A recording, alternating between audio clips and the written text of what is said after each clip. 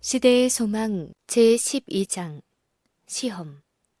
예수께서 성령의 충만함을 입어 요단강에서 돌아오사 성령에게 이끌리시어 광야로 가셨다. 마가의 말은 좀 더 의미심장하다.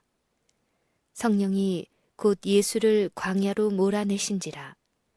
광야에서 40일을 계셔서 사단에게 시험을 받으시며 들짐승과 함께 계시니 이 모든 날에 아무것도 잡수시지 아니하시니라 라고 그는 말한다.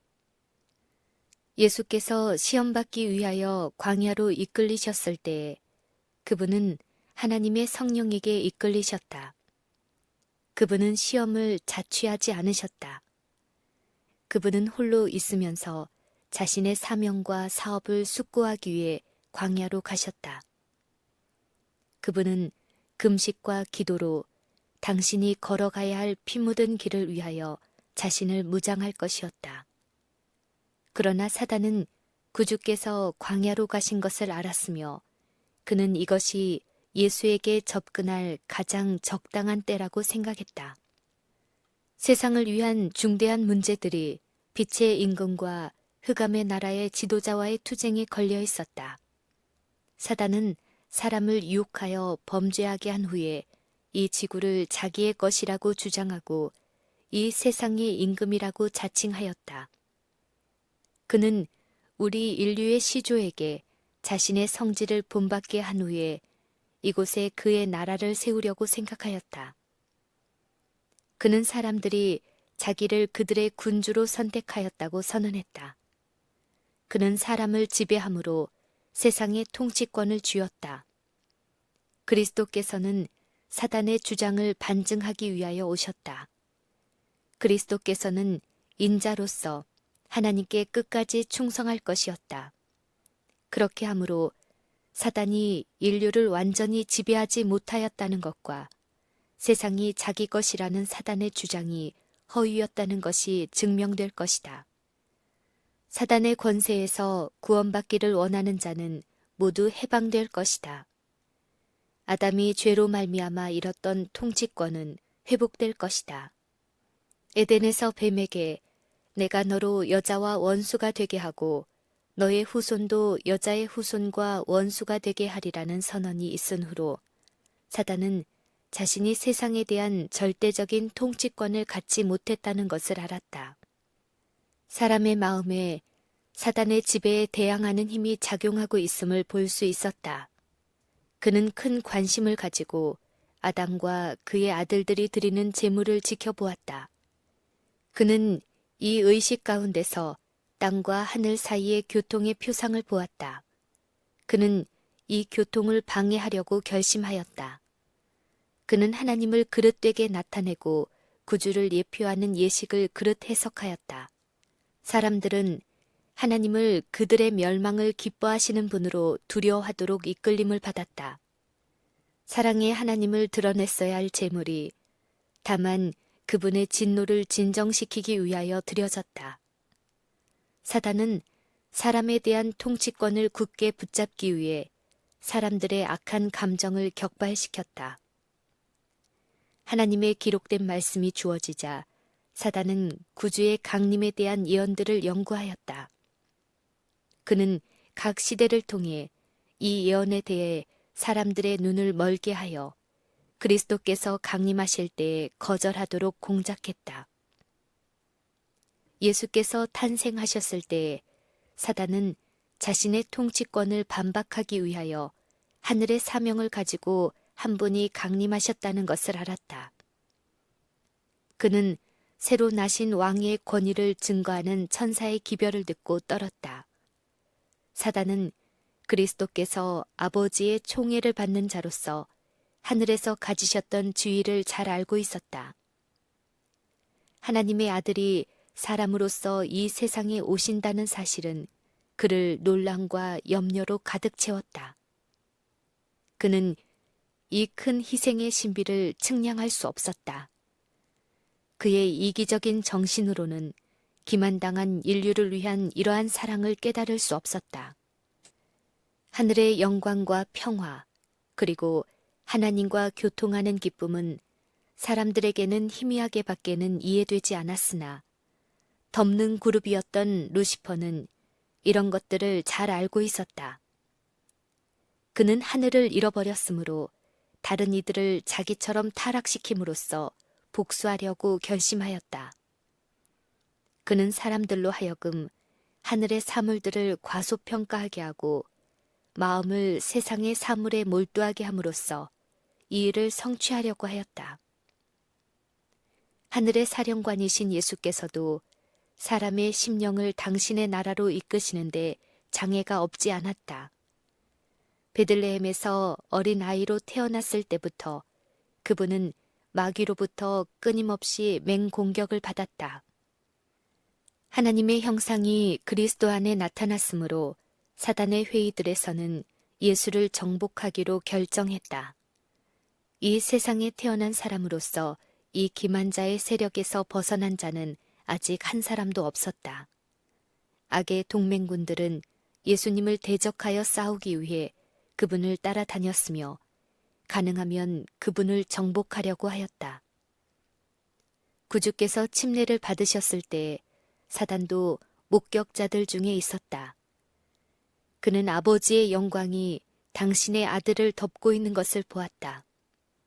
그는 예수의 신성을 증거하는 여호와의 음성을 들었다. 아담의 범죄 이후로 인류는 하나님과의 직접적인 교통이 단절되었으며 하늘과 땅과의 교통은 그리스도를 통하여 이루어져 왔다. 그러나 이제 예수께서 죄 있는 육신의 모양으로 오셨으므로 아버지께서 친히 말씀하셨다. 그분이 전에는 그리스도를 통하여 교통하셨으나 이제는 그리스도 안에서 인류와 교통하셨다. 사단은 악에 대한 하나님의 증오가 하늘과 땅 사이에 영원한 분리를 가져올 것으로 기대하였다. 그러나 이제 하나님과 사람과의 연결이 회복되었음이 드러났다. 사단은 자기가 정복하지 못하면 정복당할 것을 알았다. 이 투쟁의 결과는 너무나 중대해서 그와 동맹한 천사들에게 위임할 수 없었다. 그가 직접 그 싸움을 지휘해야 했다. 모든 배도의 세력들이 하나님의 아들을 대항하여 집결하였다. 그리스도께서는 모든 지옥의 무기의 표적이 되셨다. 많은 사람들은 그리스도와 사단 사이의 이 투쟁이 그들 자신의 생애와 특별한 관계가 없는 것처럼 바라본다. 그러므로 그들은 그것에 거의 관심이 없다. 그러나 모든 인류의 마음속에 이 투쟁은 되풀이된다. 그 누구도 사단의 공격을 받지 않고 하나님을 섬기기 위해 악의 대열을 떠날 수 없다. 그리스도께서 대항하신 유혹들은 우리가 막아내기 어려운 것들이었다. 이 시험들은 그분의 품성이 우리의 성품보다 뛰어나신 것만큼 더 극심하게 임하였다. 그리스도께서는 세상에 심히 무거운 죄짐을 지고 식욕과 세상에 대한 사랑과 참남으로 이끄는 과실을 사랑하는 시험에 대항하셨다. 이 시험들은 아담과 하와를 정복하였고 우리들을 쉽게 정복하는 것들이다. 사단은 하나님의 율법은 불공평하고 순종할 수 없다는 증거로서 아담의 범죄를 지적하였다. 그리스도께서는 우리와 같은 인성으로 아담의 실패를 만회하실 것이었다. 그러나 유혹자의 공격을 받을 때 아담은 아무런 죄의 영향을 입지 않았다. 아담은 완전한 장년으로 몸과 마음에 충만한 활력을 소유하고 있었다.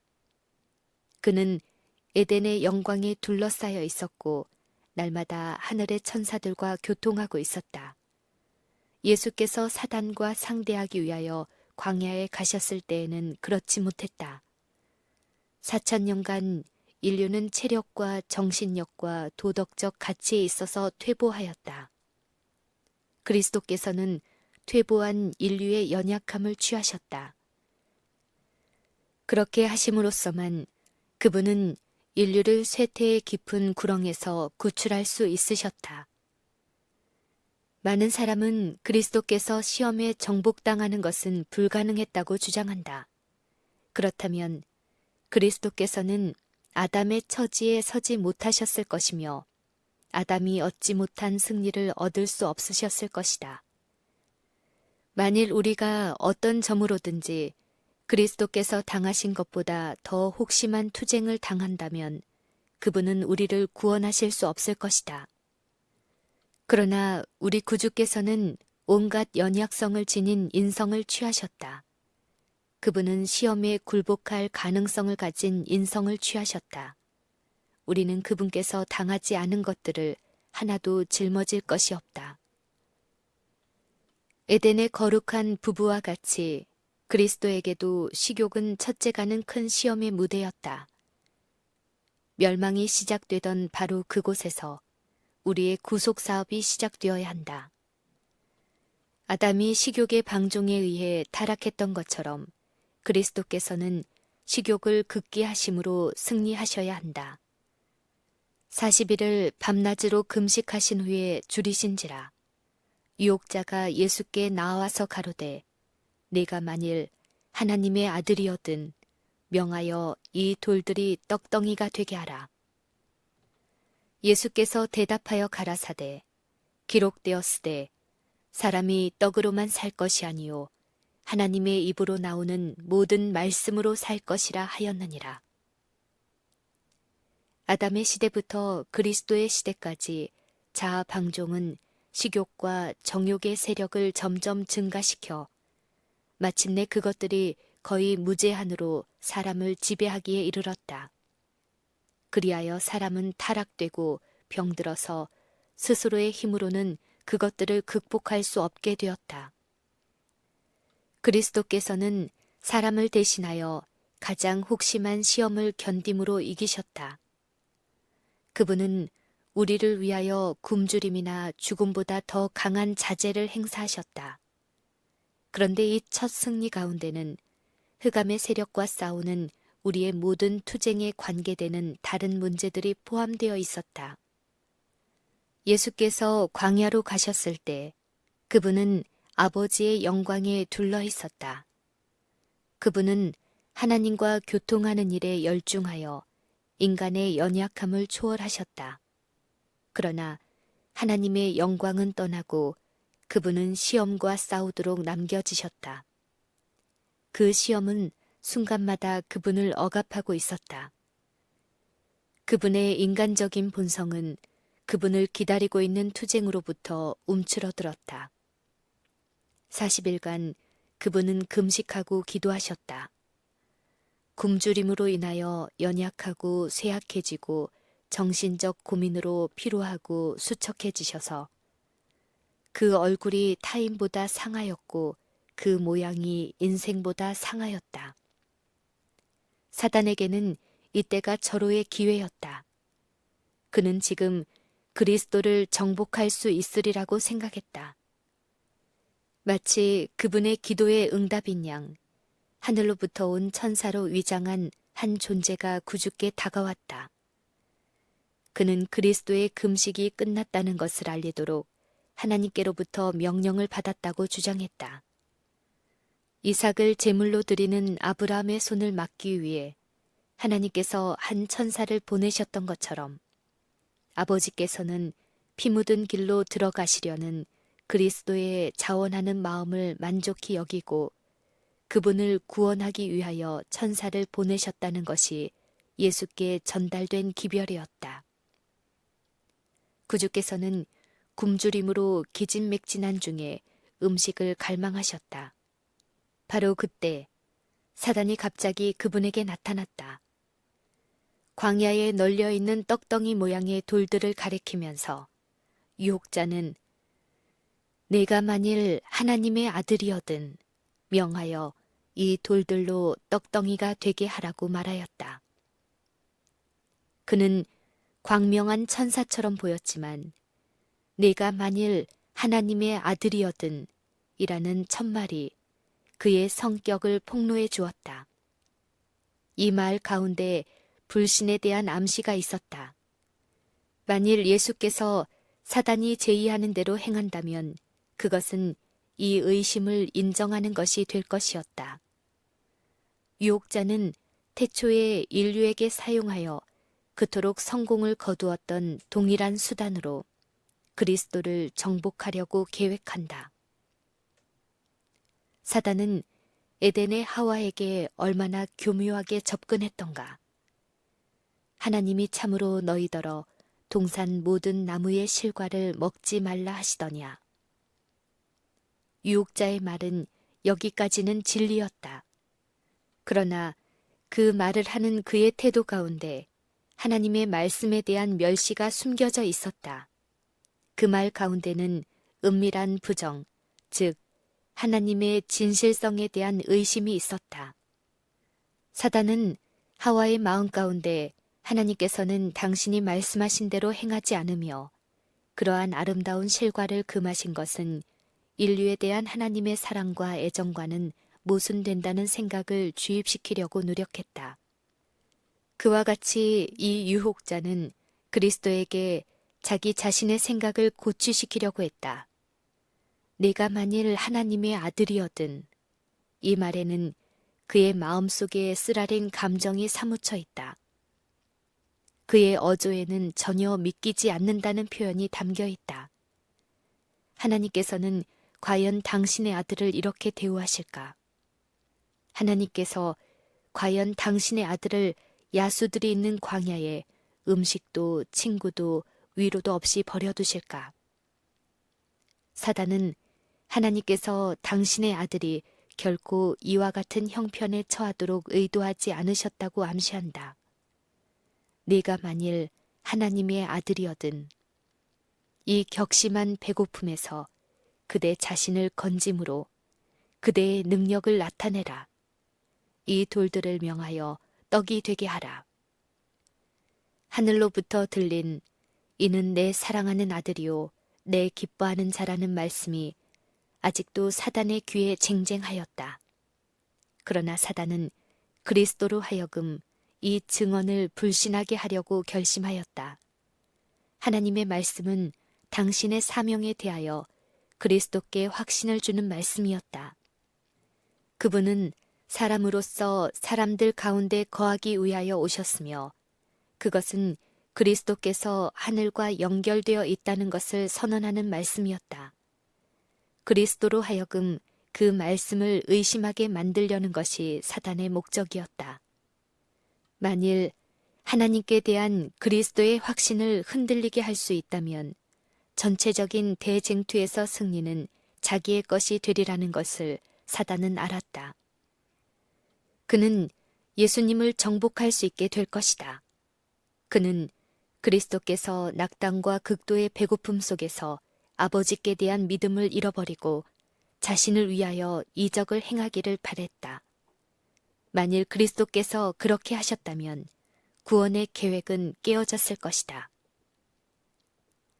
사단과 하나님의 아들이 처음 맞서 싸웠을 당시 그리스도께서는 하늘 만군의 사령관이셨다. 그리고 하늘에서 발생한 반역의 지도자였던 사단은 쫓겨났다. 이제 그들의 형편이 역전된 것처럼 보였으며 사단은 자기에게 유리하다고 생각되는 것을 최대한 이용했다. 사단은 이렇게 말한다. 천사들 가운데 가장 강한 천사가 하늘에서 추방되었다. 예수의 외관은 하나님에게서 버림받고 사람에게서 외면받은 타락한 천사가 바로 그라는 것을 보여준다. 신적인 존재라면 이적을 행함으로써 자신의 주장을 확증할 수가 있을 것이다. 네가 만일 하나님의 아들이어든 명하여 이 돌들이 떡덩이가 되게 하라. 창조력을 행하시는 이와 같은 일은 신성에 대한 결정적인 증거가 될 것이라고 그 유혹자는 주장했다. 그것으로 투쟁은 종결될 것이다. 예수께서 조용히 대기만자의 말을 들으실 때 심적 투쟁이 없지 않았다. 그러나 하나님의 아들께서는 자신의 신성을 사단에게 입증해 보이거나 자기 비하의 이유를 설명해서는 안 될 것이었다. 반역자의 요구에 응함으로 인류의 유익이나 하나님의 영광을 위하여 얻을 수 있는 소득은 조금도 없을 것이었다.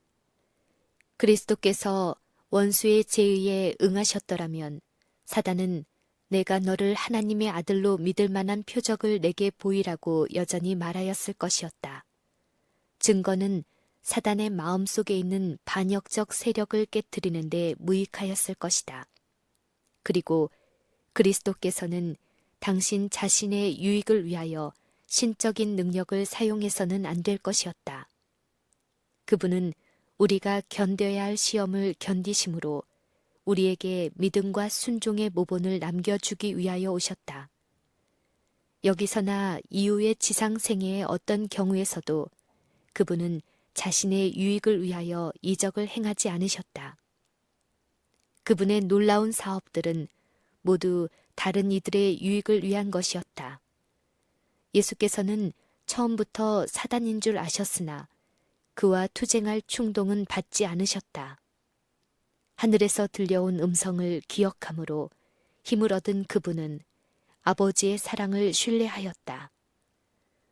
그분은 시험과 협상하기를 원하지 않으셨다. 예수께서는 성경 말씀으로 사단을 대항하셨다. 그분은 기록하였으되 라고 말씀하셨다. 시험 당할 때마다 그분의 싸움의 무기는 하나님의 말씀이었다. 사단은 그리스도에게 신성의 표적으로 이적을 요구하였다. 그러나 모든 이적보다도 더 큰 표적, 곧 여호와께서 이같이 말씀하시되 라는 말씀에 대한 확고한 신뢰는 사단이 논박할 수 없는 표적이었다. 그리스도께서 이러한 태도를 견지하시는 한 유혹자는 이길 수 없었다. 그리스도께서 가장 맹렬한 시험의 공격을 받으신 때는 가장 허약하실 때였다. 그러므로 사단은 이기리라 생각하였다. 그는 이러한 술책으로 사람들을 이겨왔다. 힘이 지나여 의지력이 약해지고 믿음이 하나님 안에서 쉬기를 그치게 되는 그때에는 정의를 위하여 오랫동안 용감하게 섰던 자들도 정복당하고 말았다. 모세도 이스라엘 백성과 같이 40년간 유리함으로 피곤해졌을 때에 그의 믿음은 무한하신 하나님의 능력을 잠시 놓았다.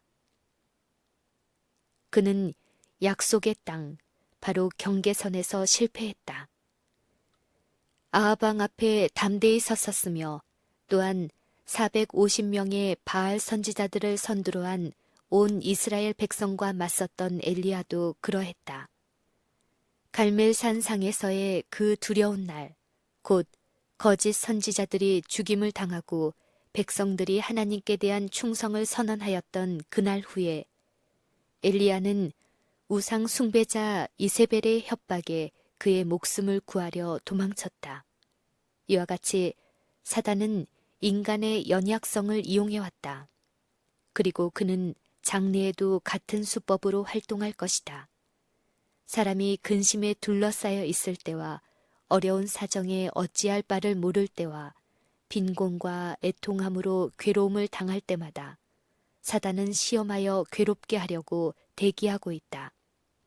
그는 우리의 품성의 약점을 공격한다. 그는 이러한 일들이 존재하도록 용납하시는 하나님께 대한 우리의 확신을 흔들어 놓으려고 애쓴다. 우리는 하나님을 불신하며 그분의 사랑을 의심하도록 시험을 받는다. 흔히 유혹자는 그리스도에게 접근하였던 것처럼 우리에게 접근하여 우리의 결점과 연약한 점을 열거한다. 그는 영혼을 낙담시켜 하나님을 붙든 손을 놓게 만들기를 바란다. 그렇게만 되면 그는 확실히 사단의 밥이 된다. 그러나 우리가 예수께서 하신 것처럼 사단을 대적한다면 우리는 많은 패배를 면할 것이다. 원수와 담판을 함으로 우리는 그에게 기회를 주게 된다. 그리스도께서 유혹자에게 사람이 떡으로만 살 것이 아니요 하나님의 입으로 나오는 모든 말씀으로 살 것이라고 말씀하셨는데 이는 1400년 전에 그분이 이스라엘 백성에게 내 하나님 여호와께서 이 40년 동안에 너로 광야의 길로 걷게 하신 것을 기억하라. 너를 낮추시며 너를 줄이게 하시며 또 너도 알지 못하며 내 열조도 알지 못하던 만나를 내게 먹이신 것은 사람이 떡으로만 사는 것이 아니요 여호와의 입에서 나오는 모든 말씀으로 사는 줄을 너로 알게 하려 하심이니라. 라고 하신 말씀을 반복하신 것이다. 광야에서 생활을 유지할 모든 수단이 떨어졌을 때 하나님께서는 당신의 백성을 위해 하늘에서 만나를 충분히 그리고 끊임없이 공급하여 주셨다. 이러한 공급은 그들이 하나님을 신뢰하고 하나님의 법도대로 사는 동안은 하나님께서 그들을 버리지 않으시리라는 것을 그들에게 가르치시기 위함이었다. 구주께서는 지금 당신이 이스라엘 백성에게 가르쳤던 교훈을 실천하셨다. 하나님의 말씀으로 말미암아 히브리 백성들에게 도움이 주어졌다. 그리고 그 동일한 말씀으로 말미암아 예수께도 도움이 주어질 것이었다. 그분은 도움을 베푸실 하나님의 때를 기다리셨다. 그분은 하나님을 순종하여 광야에 계셨으나 사단의 제안에 따라 음식을 얻지는 않으실 것이었다. 우주가 주목하는 가운데 그분은 조금이라도 하나님의 뜻에서 떠나는 것보다는 어떠한 어려운 일이 닥치더라도 그것을 당하는 것이 더 가벼운 재앙이라는 것을 증거하셨다. 사람이 떡으로만 살 것이 아니요 하나님의 입으로 나오는 모든 말씀으로 살 것이다. 그리스도를 따르는 자들은 하나님을 섬기면서 동시에 자기의 세상 사업을 추진해 나갈 수 없는 입장에 처하게 되는 때가 자주 있다. 아마도 하나님의 어떤 명백한 명령을 순종하면 생계의 수단이 다 끊어질 것처럼 보일 것이다. 사단은 그로 하여금 자신의 양심적인 신념을 희생시킬 도리밖에 없다고 믿게 만들려고 할 것이다. 그러나 이 세상에서 우리가 의지할 수 있는 오직 한 가지는 하나님의 말씀이다. 너희는 먼저 그의 나라와 그의 의를 구하라. 그리하면 이 모든 것을 너희에게 더하시리라. 이 세상에서라도 하늘에 계신 우리 아버지의 뜻에서 이탈하는 것은 우리에게 유익하지 않다. 우리가 하나님의 말씀의 능력을 깨닫게 될 때 우리는 식량을 구하거나 우리의 생명을 구하기 위하여 사단의 제의를 따르지 않을 것이다. 우리의 유일한 물음은 하나님의 명령은 무엇인가, 하나님의 약속은 무엇인가가 될 것이다. 이러한 사실을 깨닫고 우리는 하나님의 명령에 순종하고 그분의 약속을 신뢰해야 한다. 사단과의 마지막 대쟁투에서 하나님께 충성하는 자들은 모든 세상의 생계 방도가 끊어지게 됨을 보게 될 것이다. 세상의 권세에 순종하여 하나님의 율법을 범하기를 거절하기 때문에 그들은 매매하는 일을 금지당하게 될 것이다. 마침내 그들을 사형에 처하라는 명령이 내리게 될 것이다. 요한계시록 13장 11절부터 17절을 보라. 그러나 순종하는 자들에게는 이런 약속이 주어져 있다. 그는 높은 곳에 거하리니 견고한 바위가 그 보장이 되며 그 양식은 공급되고 그 물은 끊기지 아니하리라. 하나님의 자녀들은 이 약속으로 말미암아 살 것이다. 땅이 기근으로 황폐될 때에도 그들에게는 먹을 것이 공급될 것이다. 저희는 환난 때에 부끄럽지 아니하며 기근의 날에도 풍족하리라. 하박국은 이 공고의 시대를 바라보고 교회가 가져야 할 믿음을 다음과 같이 나타냈다. 비록 무화과 나무가 무성치 못하며 포도나무에 열매가 없으며 감람나무에 소출이 없으며 밭에 식물이 없으며 우리의 양이 없으며 외양간에 소가 없을지라도 나는 여호와를 인하여 즐거워하며 나의 구원의 하나님을 인하여 기뻐하리로다.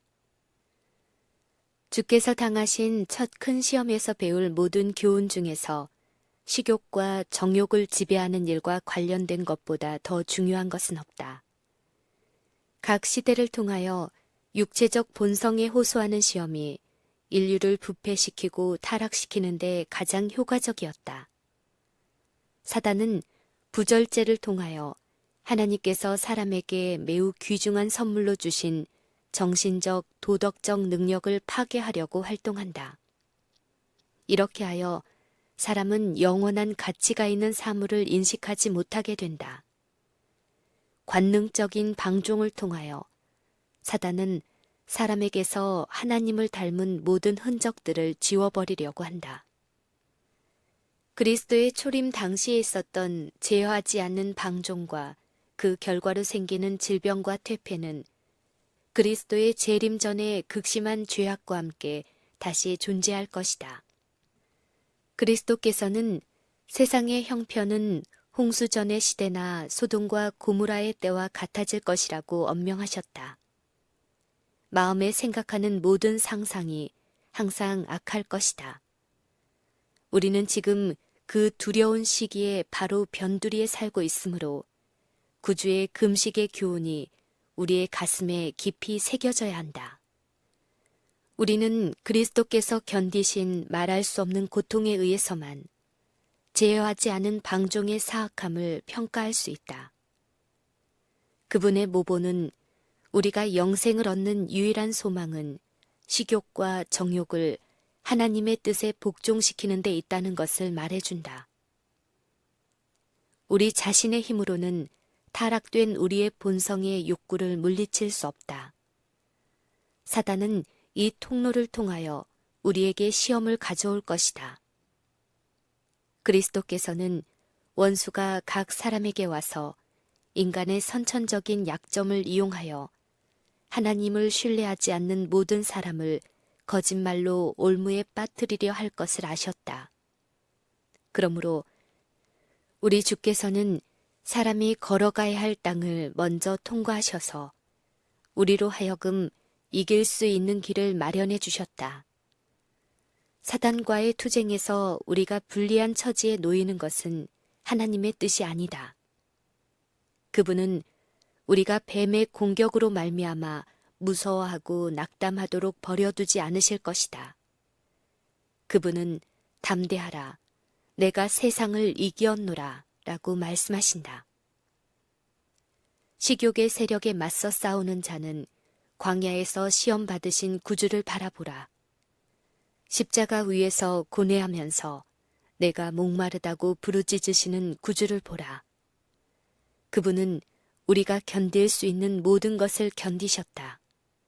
그분의 승리는 곧 우리의 승리다. 예수께서는 하늘 아버지의 지혜와 힘을 의지하셨다. 그분은 이렇게 말씀하셨다. 주 여호와께서 나를 도우심으로 내가 부끄러워 아니하고 내가 수치를 당하지 아니할 줄 아노라. 보라, 주 여호와께서 나를 도우시리라. 당신 자신의 모본을 가리키면서 그분은 우리에게 말씀하신다. 너희 중에 여호와를 경외하는 자가 누구뇨? 흑암 중에 행하여 빛이 없는 자라도 여호와의 이름을 의뢰하며 자기 하나님께 의지할지어다. 예수께서는 이 세상 임금이 오겠음이라. 그러나 저는 내게 관계할 것이 없다고 말씀하셨다. 그분 안에 있는 어떤 것도 사단의 궤변에 반응하지 않았다. 그분은 죄를 짓기로 동의하지 않으셨다. 그분은 생각으로라도 시험에 굴복하지 않으셨다. 우리도 그렇게 할 수 있다. 그리스도의 인성은 신성과 연합되었다. 그분은 성령의 내재하심으로 투쟁할 태세가 되어 있으셨다. 그분은 우리로 신의 성품에 참여하는 자가 되게 하기 위하여 오셨다. 우리가 믿음으로 그분과 연합하는 한 죄는 더 이상 우리를 지배하지 못한다. 하나님께서는 우리 안에 있는 믿음의 손을 인도하여 그리스도의 신성을 굳게 붙잡게 함으로 우리로 완전한 품성을 얻게 하려고 하신다. 그런데 이 일을 성취하는 방법을 그리스도께서 우리에게 보여주셨다. 그분은 어떤 수단을 통하여 사단과의 투쟁에서 승리하셨는가? 하나님의 말씀을 통해서였다. 그분은 오로지 하나님의 말씀으로만 시험에 대항하실 수 있었다. 기록되었을 때라고 그분은 말씀하셨다. 그 보배롭고 지극히 큰 약속을 우리에게 주사 이 약속으로 말미암아 너희로 정욕을 인하여 세상에서 썩어질 것을 피하여 신의 성품에 참여하는 자가 되게 하셨다. 하나님의 말씀 가운데 있는 약속은 모두 우리의 것이다. 우리는 하나님의 입으로 나오는 모든 말씀으로 살아야 한다. 시험의 맹공격을 받을 때 상황이나 자신의 약점을 보지 말고 하나님의 말씀의 능력을 바라보라. 그 말씀의 모든 능력은 그대의 것이다. 시편 기자는 이렇게 말한다. 내가 주께 범죄치 아니하려 하여 주의 말씀을 내 마음에 두었나이다. 나는 주의 입술의 말씀을 조차 스스로 삼가서 강포한 자의 길에 행치 아니하였사오며